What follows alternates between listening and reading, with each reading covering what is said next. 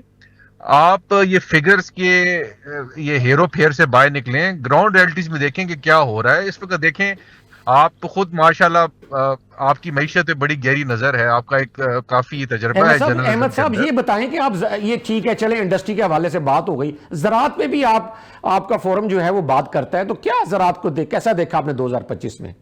کوئی ڈکلائن ہے؟ جی زراعت آپ کی اچھی نہیں رہی اس دفعہ. آپ کی جو گندم کی فصل جو پچھلے سال اس سال مارچ اپریل کے اندر جس کی کٹائی ہوئی تھی، ٹھیک ہے، وہ بیچارہ جو کسان تھا گندم کا، وہ اپنی گندم لے کے پھرتا رہا آگے پیچھے، اور اس کی گندم کیا کہتے ہیں 2200-2300 روپیہ من لی گئی، اور آگے وہ بکی مڈل مین سے چلتے چلتے 3500-3600 پہ گئی، اور وہ جو کیا کہتے ہیں ایک فائنل کنزیومر تھا اس کو تو اسی ریٹ پہ روٹی ملتی رہی اور آٹا ملتا رہا. اسی طرح آپ کا جو کچھ آپ کا جو یہ ابھی سیلاب آ گیا، اس سے آپ کی پیڈی کی کراپ جو تھی سینٹرل پنجاب کے اندر چاول کی، وہ بہت متاثر ہوئی. آپ کی آم کی فصل میں کیا بہت یہ متاثر ساؤتھ پنجاب میں کیا صورتحال ہے زراعت کی؟ وہ بڑا شور سننے میں آ رہا ہے کہ کپاس نہیں ہے، کماد آ گیا، اس طرح کی دیکھیں جی باتیں. 11 ملین بیلز کا حکومت نے ٹارگٹ سیٹ کیا تھا کاٹن کا. جی پرسوں 2025 کا سال پورا ہو رہا ہے، 2 دن رہ گئے ہیں. 6 ملین کا بیلز کا ٹارگٹ جو ہے وہ آپ اچیو کریں گے. اور یہ بات میں نے فیڈرل منسٹر فوڈ سیکیورٹی ران تنویر صاحب کو 4 دن پہلے بھی ان کو بتائی ہے کہ میں کہا جی اب 6 ملین بیلز پہ آپ اپنا کاٹن ٹارگٹ اپنا اچیو کریں. 5 ملین کا ڈیفیسٹ آپ نے لے لیا. ٹھیک ہے جی، کیونکہ کاٹن احمد صاحب یہ میں سمجھ گیا ہوں آپ کی یہ جو بتا رہے ہیں آپ زراعت کی بھی، اس کا مطلب صورتحال حوصلہ افزا نہیں رہی. ہم دوبارہ آپ کی طرف آئیں گے. اسٹوڈیوز میں ہمارے ساتھ مسٹر عمر سلیم ہیں. میں ان سے یہ سوال کرتا ہوں کہ سر یہ بتائیں کہ زراعت کا بھی کہا جا رہا ہے کہ وہ اس میں ایک ڈکلائن ہے، اچھی نہیں رہی 2025 میں. تو خام مال تو سارا زراعت کا ہوتا ہے، خاص طور پہ جو ایپٹما ہے اس نے بھی بہت شور کیا جی کہ ہمارے کپاس کی پیداوار کم ہوئی ہے. پاکستان بزنس فورم نے بھی کہا، یہ SIFC نے بھی اس پہ بات کی، FPCCI نے اس پہ باقاعدہ پریس کانفرنس کی. آپ دیکھ رہے ہیں کہ معاملہ ہے کیا؟ کچھ اس پہ بھی روشنی ڈالیں. ڈاکٹر صاحب گورنمنٹ نے بالکل بھی کسان کا خیال نہیں رکھا. 2025 میں 2024 میں دونوں سالوں میں جو گندم کے ساتھ ہوا وہ کاشتکار کو، زمیندار کو، جو آڑتی ہے ان کو، ہر ایک کو بیسیکلی رول دیا گیا. کچھ خدائی آفات کی وجہ سے جو بارشیں بے وقت کی بارشیں ہوئیں اور بہت زیادہ ہوئیں، سیلابی صورتحال ہوئی، اس کی وجہ سے بھی وہ بیچارے مارے گئے. بٹ جو گندم کا ریٹ کم رکھ کر کے اور گندم نہ خرید کے dealing in buying of wheat, یہ جو پروسیجر چلا اس پروسیجر نے اس کو ایک بہت زیادہ جو ہے وہ پستی کا شکار بنایا. آج بھی سچویشن یہ ہے کہ آپ 2500 روپے میں انویسٹر یا بیچ کی کوئی تھرڈ پارٹی انوالو کر کے اگر آج آپ مال خریدنے گندم جائیں گے تو کسان کہاں سے وہ گندم 2500 روپے من کے حساب سے بیچے گا؟ صحیح. آپ نے 3300 روپے میں وہ خریدنی ہے، باہر سے آپ نے 4000 میں امپورٹ کر لینی ہے. تو بیسیکلی میں نے اپنی بات کے ابتدا میں ہی ایک آپ سے گوشہ گزار کی تھی بات کہ ہمارے ہاں پالیسی کا فقدان ہے. ہمارے ہاں جو خود اعتمادی ہے لوگوں کے اندر اس کو آپ ٹھیس پہنچاتے ہیں. جو آپ کے پاس نالجبل کاروبار کرنے والے لوگ ہیں ان پہ آپ نے بابو بٹھائے ہوتے ہیں جن کا کام باہر سے کچھ بھی پڑھ کے آ جانا اور آپ کے اوپر آرڈر صادر کرنا ہوتا ہے، نہ کہ یہ کہ جو اس متعلقہ فیلڈ کے یا جو اس کاروبار کے یا جو زراعت کے شعبے کے جو ایکسپرٹ لوگ ہیں جو سالہ سال صدیوں سے یہ کام کرتے آ رہے ہیں ان کو بٹھا کر کے ایک پالیسی ڈھنگ کی بنائی جائے تاکہ یہ ملک چل سکے. ہمیں یہ ملک چلانا ہے. اگر یہ ملک چلے گا تو ہم سب چلیں گے, پورا خطہ چلے گا. تو طریقہ یہی ہے کہ ہمیں اپنی پالیسیز کو سر ٹھیک کرنا ہوگا. ہمیں ہر شعبے کے اندر اس شعبے کا ایکسپرٹ لانا ہوگا رادر دین کہ ہم کہیں سے کوئی بھی پیراشوٹر لا کے اوپر کوئی بابو بٹھا دیں. جی ٹھیک ہے. میڈم یہ بتائیے گا کہ زراعت کی بات ہو رہی ہے تو خیر پور آپ نے کہا کہ ڈیٹس اور کھجور کی بات کی. پاکستان کھجور میں کہاں کھڑا ہے؟ کہتے ہیں کہ جی دنیا میں دوسرے یا تیسرے نمبر پر ہماری پروڈکشن ہے. تو آپ کیا کہتی ہیں کہ کن مسائل کا سامنا ہے جو ہم کوئی ویلیو ایڈیشن نہیں کر پا رہے, کھجور کی پیداوار کو مزید بڑھا نہیں پا رہے, کھجور کاشت کرنے والوں کو جو ہے نا کوئی انسینٹیو نہیں دے پا رہے یا انہیں کوئی کیا سہولت نہیں دے پا رہے؟ کیا ایشو ہے؟ کھل کے بتائیں. مین ایشو آ رہا ہے نا وہ سمجھے کہ یہ قدرتی آفات ہے. جیسا کہ اتنی بارشیں ہوئیں, بارشوں سے بہت زیادہ نقصان ہوا, اور نو ڈاؤٹ کہ میں یہ سمجھتی ہوں کہ 3% ہی, ہم لوگ تو 0% پہ ہیں اس وقت کھجور کی زراعت کے حوالے سے, کیونکہ اس کے لیے کوئی انتظامات نہیں ہیں گورنمنٹ کی طرف سے. کسی قسم کا بھی ریلیو نہیں دیا جاتا, نہ ایکسپورٹر کو, نہ ٹریڈرز کو, نہ گروور کو. اور گروورز بیچارہ کیا کرے گا جب کروپ ہی خراب ہو جائے گی تو پھر وہ کیا کرے گا؟ تو ٹریڈرز کیا کرے گا جب اس کے پاس کروپ کی صورت میں کوئی بھی چیز نہیں ہوگی تو وہ آگے کیسے ایکسپورٹ کر سکتا ہے؟ تو اس لیے میں چاہوں گی کہ پلیز آپ اس کو دیکھیے اور اس چیز پہ نظر ثانی کروائیں. گورنمنٹ سے میری ریکویسٹ ہے. ٹھیک ہے.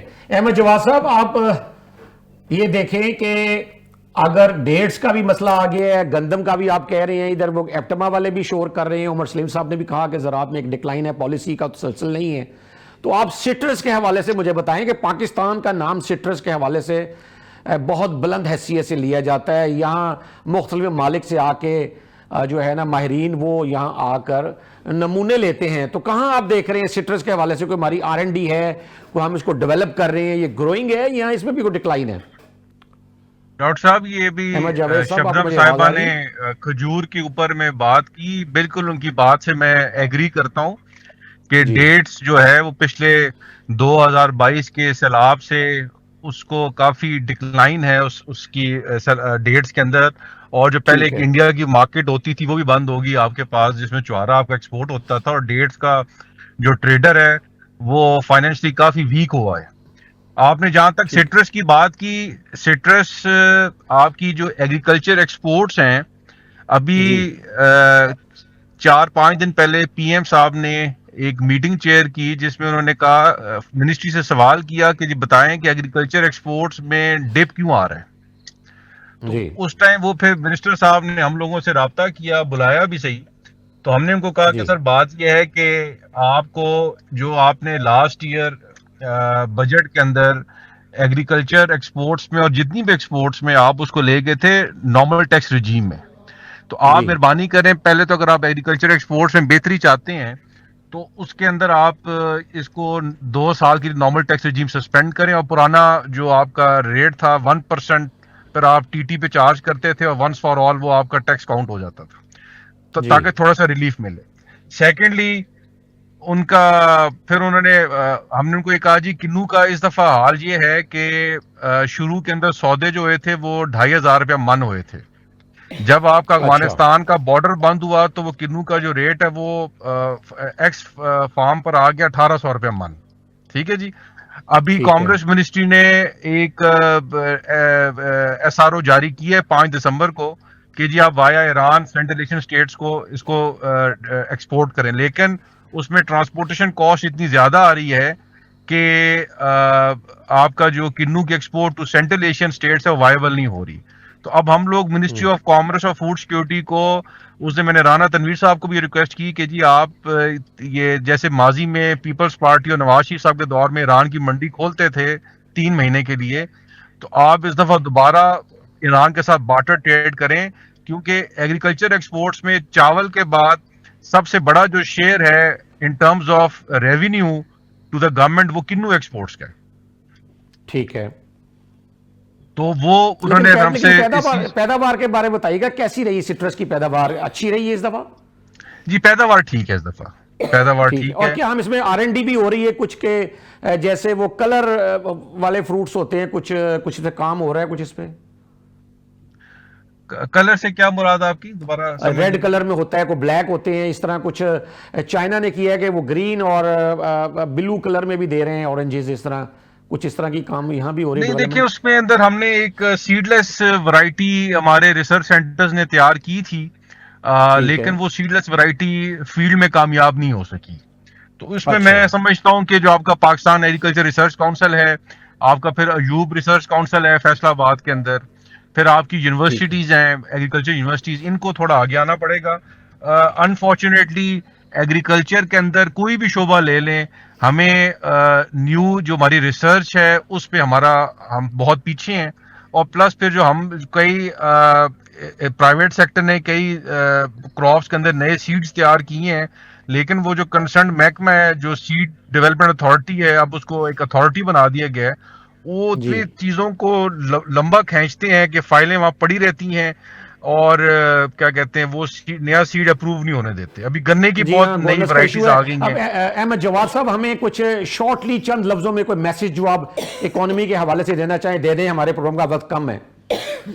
جی شارٹلی میں یہی کہوں گا حکومت وقت سے کہ آپ 2026 میں اگر معیشت کو صحیح معنوں میں ٹیک آف کرنا چاہتے ہیں، جو آپ نے اڑان پاکستان پروگرام لانچ کیا ہے، اگر اس کی آپ کمپلائنس چاہتے ہیں تو آپ ایز آف ڈوئنگ بزنس اور کاسٹ آف ڈوئنگ بزنس میں کمی واقعہ لے کے آئیں، ایک کمپیٹیٹو انوائرمنٹ دیں زراعت کے اندر بھی، انڈسٹری کو بھی اور ایس ایم ای سیکٹر کو بھی. ورنہ ٹھیک ہے، بہت شکریہ احمد جواد صاحب، آپ کا بہت شکریہ. مسلم صاحب آپ بھی کچھ شارٹلی ود ان منٹ جو کچھ کہنا چاہیں تو میسج دینا چاہیں اکانومی کے حوالے سے. میرے اکانومی کے حوالے سے سب سے پہلے تو میری گورنمنٹ سے گزارش ہے کہ ہم تاجروں نے ادھر ہی رہنا اور ادھر سے کمایا اور ادھر ہی کمانا ہے آگے بھی مزید، اور اگر ہم کمائیں گے تبھی ہم ٹیکس ادا کر سکیں گے.